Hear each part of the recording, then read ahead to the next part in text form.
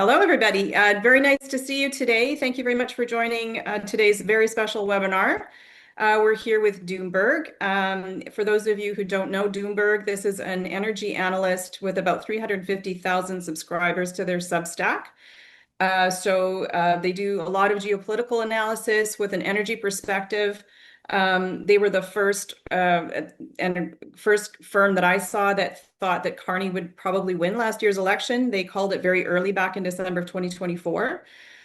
So we thought we would invite them to talk a little bit today about the geopolitical situation first in general, and then we'll narrow down on a little bit of hydro after that, so we can talk to him about the Canadian context with regards to our industry. For your information, we have about 95% of the Canadian hydro industry are members of WaterPower Canada. And Canada is, of course, the fourth largest producer of hydropower. So we're just behind the US, only because of pump storage in the US. So we're pretty much on par with the amount of production that you have there. And we are a very significant part of the national electricity grid. We represent just over 60% of that. And of course, in places like Quebec, it's much, much higher. So over to you. I think our listeners would like to hear a little bit about your service, probably. And if we could maybe launch into a quick overview of what you've heard at Davos so far and your impressions of the last 2 days would be very interesting. Hey, Lorena, first of all, thanks for the invitation. Real honor to be here.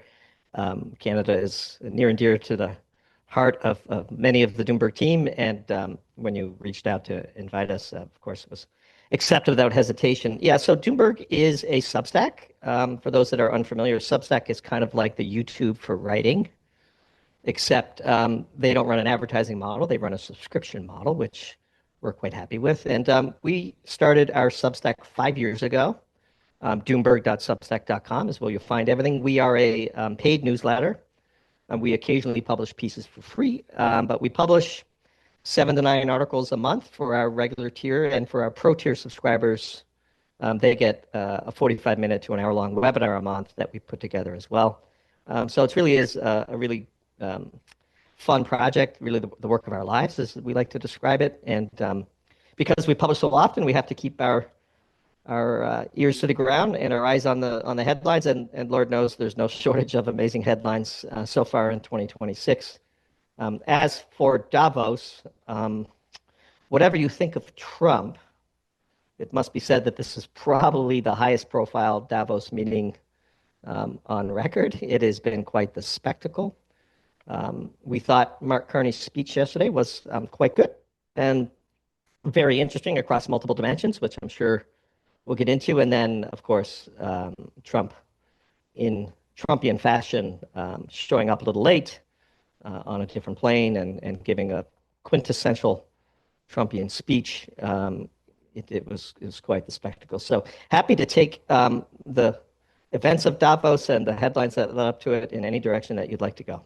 Great, thank you. And I'm going to offer a little bit of a disclaimer that the views expressed here today are not necessarily the views of the association and its membership, but it is important to have conversations, I think, about energy particular and geopolitics, so we can all understand everyone's perspectives. So thank you again for being here. So I'm interested to know how much you think energy is playing a role in what's going on right now in Davos and the conversations that they're having behind the scenes as well as publicly. I think we know that energy is playing a role, but how much is driving those current disputes, do you think? Yeah, great question. The whole genesis of Doomberg was our belief that the energy debate was missing a critical element, which was the view from industry, which we bring. Key members of our team have several decades in heavy industry, the commodities sector. And one of the great mysteries of modern analysis is how few geopolitical analysts or macroeconomic analysts begin with energy. Energy is a really important variable. It doesn't explain all of the variance, but as far as single variable impact goes, energy is probably at the top of the list. And we think about energy a lot. And so if you start with energy, the nice thing about physics is that you know what the answer should be, which is a great place to start. Now, where you end up, of course, can be a different thing altogether. But we do believe that energy is the key driving force for what we're seeing today.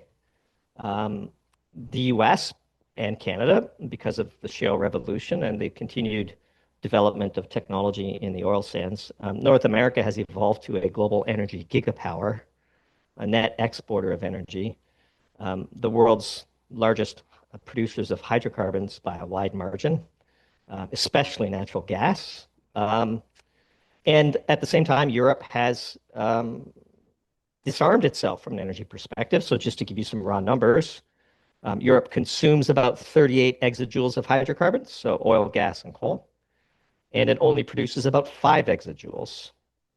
And that makes Europe beholden to the parts of the world that are excess hydrocarbon producers. It also means that they have necessarily undergone significant industrial shrinkage, deindustrialization. And it makes the war between Russia and Ukraine, which is really a proxy war between NATO and Russia, it makes that war very challenging for the European Union to support directly, which is why Trump's sort of backing away from that conflict has been so devastating to the current situation. Russia, of course, is a major energy superpower as well, a huge exporter of hydrocarbons. And so when you start with energy and you see that, yes, with American support, perhaps Europe could put up a good fight. But in the absence of American support, there's a huge energy hole that is just impossible to fill. And look, war is nothing but the controlled detonation of energy in confined spaces. And all wars are energy wars. And so we start with energy. Energy explains an enormous amount. And we think, if anything, the events of Davos have been a huge wake-up call for Europe.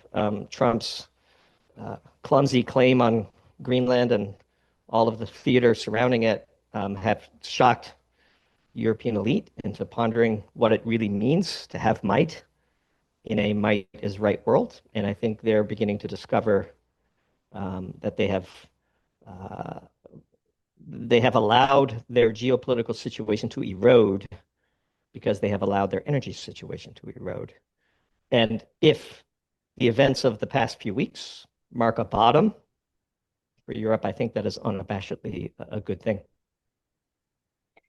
And where do you see that going? So I know we've had conversations with the European Union about potentially supplying LNG, in spite of some opposition to it here in Canada.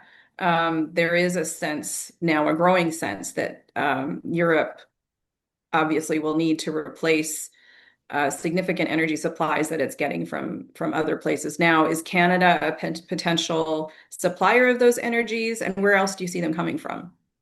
Yeah, not quite yet. The LNG terminals that do exist or are under consideration around the West Coast and Mhm. directed towards the Pacific. And so, to the extent that Canada adds incremental supply to what then becomes a global LNG market, we suppose that is beneficial to Europe.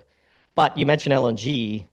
We watch with interest as Emmanuel Macron talks about pulling the bazooka, the anti-coercion laws in Europe. I mean, all Trump has to do is limit the exports of LNG, and Europe would very swiftly come to its knees because it has cut off natural gas from Russia via pipeline, and it has upset Qatar with its carbon counting rules that impact the U.S. and Qatari LNG in a very severe way. And so that's the ultimate trump card, pun intended, that he'll hold sway over Europe. And so this is just like a really great example of how getting your energy policy wrong robs you of your geopolitical tools. Like there's just, I guess the phrase that we would use is it is very clear that the U.S. has escalation dominance over the European Union at the moment. Now, again, as serving as a wake-up call, you can't import 33 out of your 38 exajoules of hydrocarbons from around the world and then expect to dictate to those exporters how they will behave. It's just raw politics. And again, Trump, love him or lump him, he is nothing if not quite transparent. And it is rough to see. It is very upsetting for many people to see.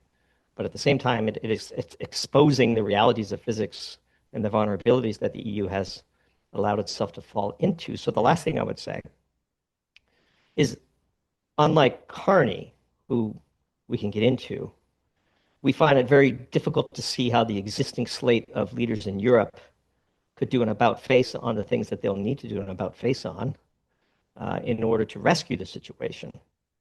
Whereas we thought Carney is a bit more realistic and perhaps having the advantage of being in North America as a primary resident is becoming quite useful for him. But the current slate, the Macrons, the Starmers, the Mertzes, the van der Leyens, the Callas, they'll all have to be wiped away in a political revolution for Europe to really do what is necessary to pick itself up off the mat. And where would it go? Sorry, just before we shift gears a little bit, where do you think Europe would go if they were able to shift into a different world? Yeah, so Europe needs to become energy independent, which it's a long way from being. Mm-hmm. We watched with significant interest Frederick Merz say what a strategic blunder it was for Germany to turn off its perfectly fantastic fleet of nuclear reactors. I mean, there was no shortage of people, us included, screaming at the top of our lungs that this was a gross strategic blunder. And it's a bit rich to hear it now when it's so blatantly obvious that even Frederick Merz can see it. So what Europe needs to do is it needs to get busy drilling again. It needs to turn back on as many nuclear reactors as it can salvage. It needs to embark on a nuclear power renaissance. It needs to help Norway invest in its hydro facilities because of the renewable penetration in Europe needs a giant battery, and Norway's there, but that comes at significant cost to the people of Norway. It's not just something for the rest of Europe to extract, very analogous to Quebec and the US Northeast, we think. And so there's things to do, but one has to overcome the sort of climate change focus in Europe right now, in the same way that Carney is kind of pivoting Canada away from an emphasis on climate change and towards an emphasis on energy security, economic security, which are then, of course, direct inputs into national security. That's a very good point. And I think from a hydropower perspective, we are an industry that is attractive both to people who are on the climate change side of the equation, and also it makes a lot of economic sense. If you look at Quebec's power prices, they're very low because they invested 50 years ago in a very, very robust hydropower structure. Do you see hydropower playing a bigger role in Europe, for example? Are there outside of Norway, are there places where it might work? Do you see it being part of a international strategy, perhaps to have available dispatchable power? Or do you see a bigger shift back towards oil and gas and thermal production of electricity? Yeah, it's a great question. It's probably a good time to give you our views on hydro. And we sort of divide hydro into a 2x2 matrix, impoundment hydro and run of the river on one axis because of that dispatchability issue that you referenced, which we think is a critical, outstanding positive attribute for hydro. And then existing versus to be built. And so the very best investment any country can make, in our view, amongst all of the energy options available, is to invest in maintaining existing impoundment hydro. Impoundment hydro is both baseload and dispatchable. Unlike natural gas, it's very easy to store water behind a dam. So natural gas is the other major fuel that is both baseload and dispatchable. Dispatchability is absolutely critical into the stable operation of a grid. I don't have to tell this audience that. The upfront capital and upfront environmental penalties have already been paid. And so this is sort of depreciated capital, so to speak, both financially and environmentally. Whatever damage is done when you first, flood behind a dam is done, and nature has a way of healing. And if you go across the backwoods of Quebec today, it's a very beautiful place, just different than it was before all of these dams were built. And so to the extent that the easiest low-hanging fruit in the Western world, Europe, Canada, the US, is a massive investment in the maintenance, life extension of existing impoundment hydro facilities is, we think, probably the sweet spot for risk reward. Getting new hydroelectric dams built in the Western world is a significant challenge. Again, not something that this audience is unfamiliar with, not the least of which because of complex legal and permitting and regulatory environments and arguments between the provinces and the federal government, or the states and Washington, D.C., or the sovereigns in Europe versus the EU Commission in Brussels. It is just incredibly challenging to build new, from scratch hydroelectric facilities. So that's our kind of view on hydro. Protect what we have at a minimum. Recognize the huge benefits that come with it. And then the last thing we would say is hydro is like the perfect example of one of our catchphrases, which is there are no solutions, only trade-offs. Yes. So yes, there's upfront costs, both financial and environmental, but it's predominantly carbon-free power. It is dispatchable. It's a giant battery when you need it. And on a marginal cost basis, amongst the cheapest sources of energy ever invented. And so, and there's no meltdown risk and no, nuclear waste risk, even though we think nuclear waste is an oxymoronic phrase. To the extent that people care about those things, hydro is also free from those constraints. So to the extent that Europe, especially in Norway, has a huge amount of hydro available, protecting what's there ought to be top of the agenda. And we wrote a piece about Norway before the most recent election, and a lot of controversy in Norway about how the EU is becoming ever more dependent on their, crown jewel assets because of the rapid penetration of intermittent wind and solar. And so, yeah, that's sort of a high level view for us of hydro and how it fits into the menu of options available to Europe specifically, which is the big problem, but also to Canada. Canada, in many ways, has a really outstanding energy mix. And hydro, can-do reactors, plenty of hydrocarbons. It really is envious, especially spread across such a small population base. And speaking about energy security and in the mix, obviously one of the other recent occurrences that we've had here in Canada is Prime Minister Carney went to China, and we have some agreements that I don't think we totally understand yet, but we do know that conversations have been had, and there are some interactions happening there as well. We don't yet know what impact that will have on our relationship with the United States.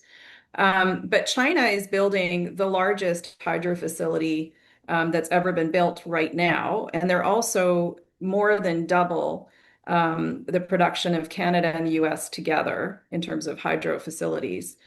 And it kind of raises the question, I think, about our system and why it's so difficult to build large-scale infrastructure, regardless of what it is, in Canada and the US versus China. Obviously, being a communist country, you can just go ahead and do stuff, which isn't the right answer for us. But what do you think could help get over some of this stagnant development that we've been encountering? We've got projects that are getting proposed. Ideas are out there, but we're having a hard time delivering on a lot of them. So why do you think that is? Yeah, before I tackle that directly, let me expand a little bit upon the mega project. I think, 66 gigawatts or something Yeah. like that, in Tibet, right? And we wrote a piece called Five Dams in Tibet. That project is very curious to us. First of all, it's run of the river, which is not going to help China integrate the massive amount of solar and wind that it is building onto its grid. Now, they've chosen run of the river because of the obvious international water allocation issues. But adding what amounts to certainly not intermittent on a scale that wind and solar are, but intermittent power to a grid that is already overwhelmed with intermittency is a very interesting strategic decision on their part, and we wonder what that will mean for China going forward. But to your question, this is the great debate in the West.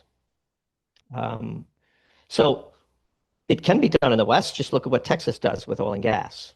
Um, in the US, similar to Canada, although with important differences, as long as a project is sort of intrastate, it is mostly regulated at the state level, the way Canada was, I think, meant to be set up. Um, and so that takes one of the complications out of the equation. We like to say that complexity scales with the number of powerful stakeholders. The exponent in that is the number of them. So two is four and three is nine. If you have three powerful stakeholders, it's way more complex than two. Hmm. And in Canada, you have the federal government, you have the provincial level, and of course, with Alberta being landlocked, that's a whole other challenge. Again, this was sort of one of the clues to us as to why Carney would end up in a position he's in, because Alberta clearly, from a physics perspective, needed to be unstuck. And you have the Rockies, you have British Columbia on the one side, and you have thousands of kilometers to use the local measurement units towards the east before you can get to the Atlantic. And so Alberta's energy is stuck, and it needs to be unstuck. And so similar story then to your question with hydroelectricity and impoundment hydro. You couldn't do what Quebec did 50 years ago today. And that proves to you it has nothing to do with technology and economics, because technology has not gotten worse in those 50 years, and neither has affordability. And similar story with nuclear, of course, with Ontario's build out. France's build out around the same time. There's nothing inherently hard about building nuclear power. The US built 90 reactors before it stopped building reactors. And so it's purely just politics, and politics is really just about choices. And in order to change politics, you need a really good emergency.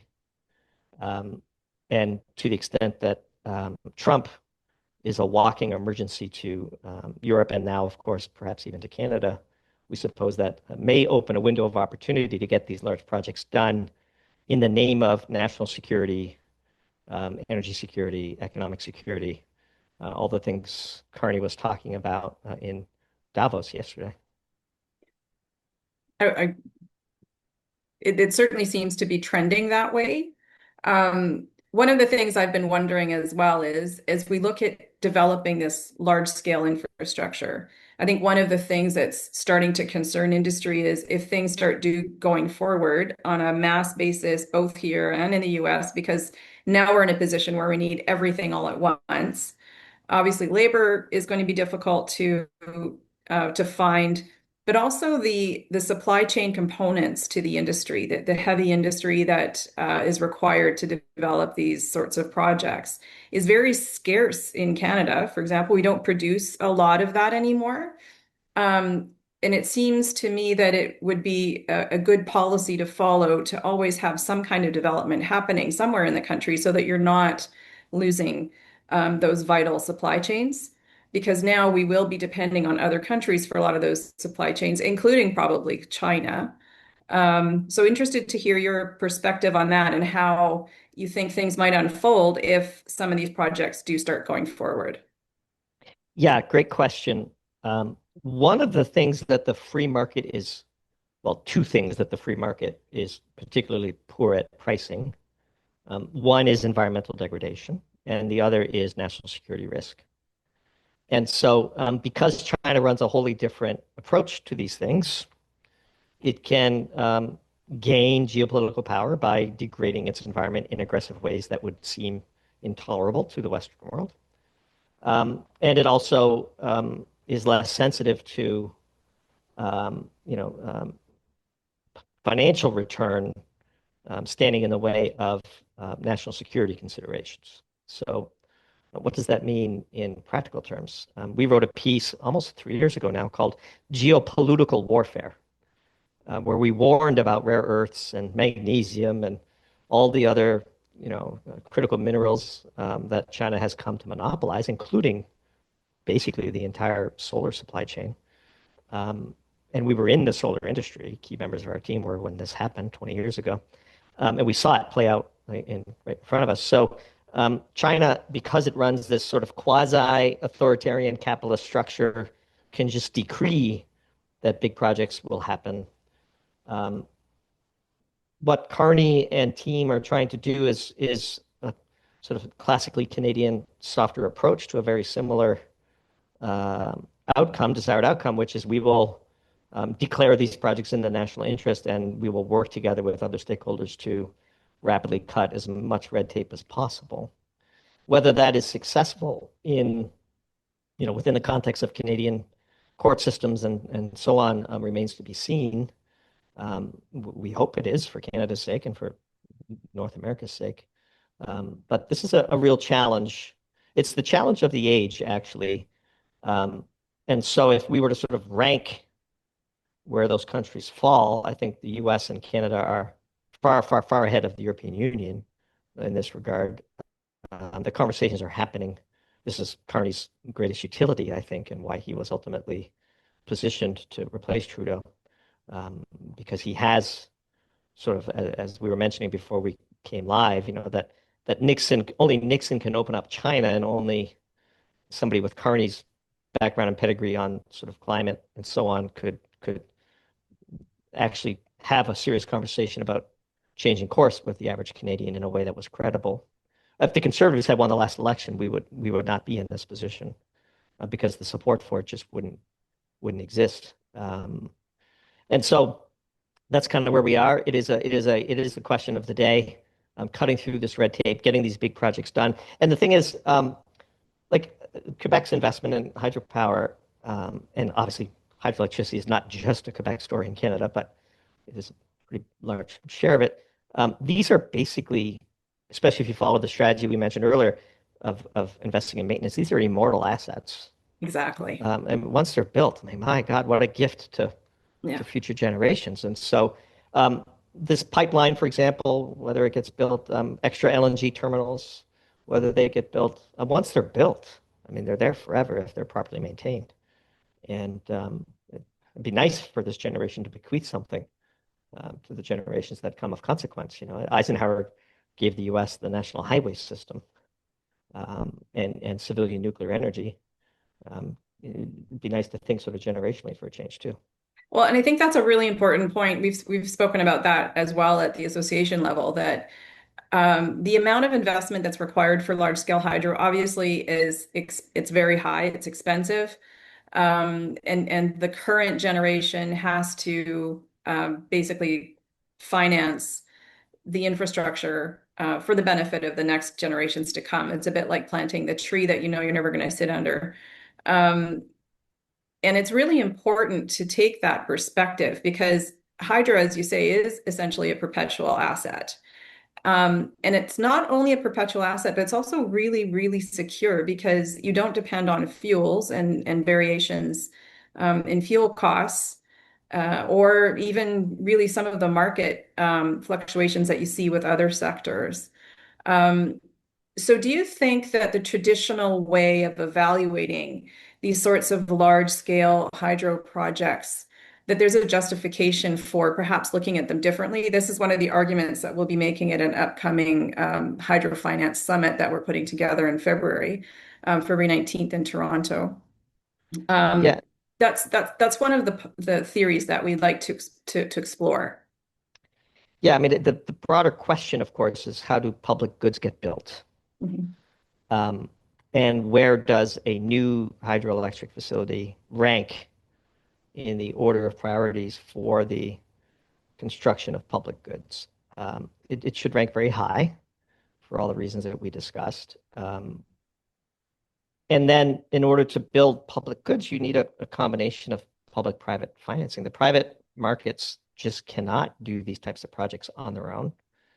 And therefore, the political case must be made that this is a generational investment, as you said, planting trees that you yourself will not be sitting under.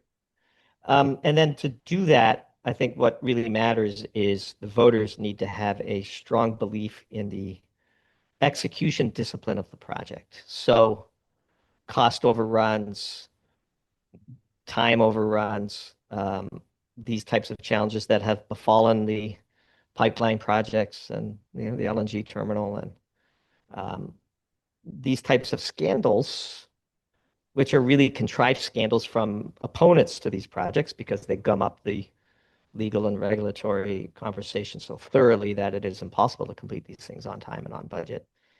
If the average taxpayer understood that that money would in fact be invested wisely and would yield a return to their children and their grandchildren, I think they would not hesitate to support it.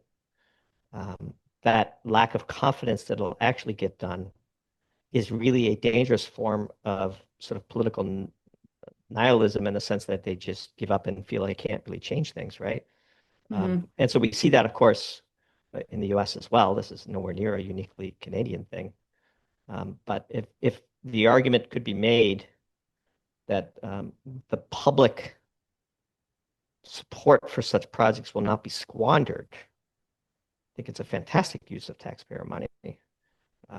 And so that's the real sort of chicken or the egg, pun not intended, challenge with the Carney government and his team, which is how do you cut through the knots of red tape in a way that doesn't endanger these deca-billion-dollar generational investments, while still balancing the need for proper environmental stewardship and dealing with First Nations issues in a fair and equitable way, and so on. And so these are not obviously easy problems, but who goes into politics to solve easy problems, I suppose.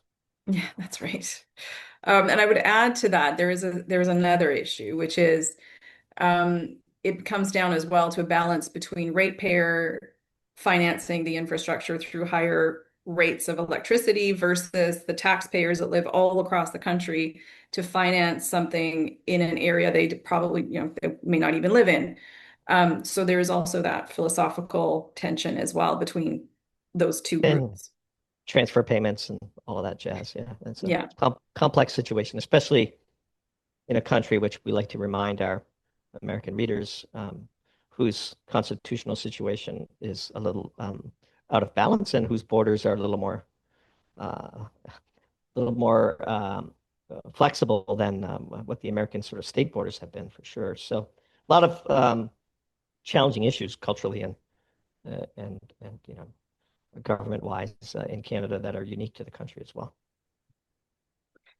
Now, if we switch gears a little bit and start thinking about the future and crystal balling where things might go, I'm sure we've all gone through some potential scenarios in our heads um, post Davos and heading into the CUSMA USMCA negotiations, which clearly, if you can't land on one name for an agreement, things are, probably not great with that agreement since, the last time we did this.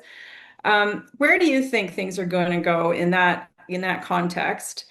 And I guess the second part of my question there would be in terms of energy, do you see a potential path where we could talk about further integration? Because I think we all believe that integrated energy systems and grids provide you with a great deal of robustness to the system so you can manage a lot more than if you have siloed systems that are much more vulnerable to things when things happen. Do you believe that we could somehow weave that argument into some of those conversations that are definitely going to be happening? To answer your question, I think I need to explain our mental model around Trump and Carney that we have been using to predict future events since late 2024. And this might sound a bit counterintuitive to people listening who aren't familiar with our work. But in late 2024, we developed a mental model internally, which to define what that is, a mental model is nothing more than a set of axioms um, that explain current events and allow you to predict future ones. And those axioms need not even be true. They just need to work. And if they work, then it's an operating mental model. And the moment they stop working, you discard it. And we had a mental model along the lines of the following while Justin Trudeau was still prime minister, which is that Trump wanted Carney as prime minister. And Carney and Trump would collaborate to unstick Alberta's energy. Um, and this was a out of left field prediction when we made it in a piece that we wrote in December called Alberta Clipper, December 2024, where we introduced Carney to our American subscribers and probably to many of our Canadian subscribers because he was still sort of an unknown banker back then. And we said that he would replace Trudeau and he would make a far more formidable candidate in the federal election than the prediction markets were pricing at that time. You couldn't even bet on Carney at that time, and the Conservatives were at 94% on Polymarket, as I recall.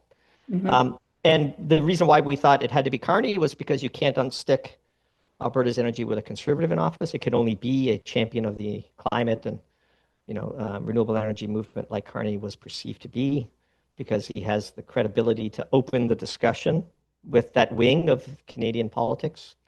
And that sort of secret deal, which sounds sort of conspiratorial and tinfoil, and remember, it doesn't have to be true, it just needs to work, has explained an enormous amount, and we think it explains Carney's speech yesterday to a large degree. And so the thing to remember about Davos and the current situation is everything is temporary. Trump won't be here forever. And what gets done now in the next couple of years will matter a lot more than the political outrage cycle of the day. But to get hard things done, you need political, social, cultural cohesion.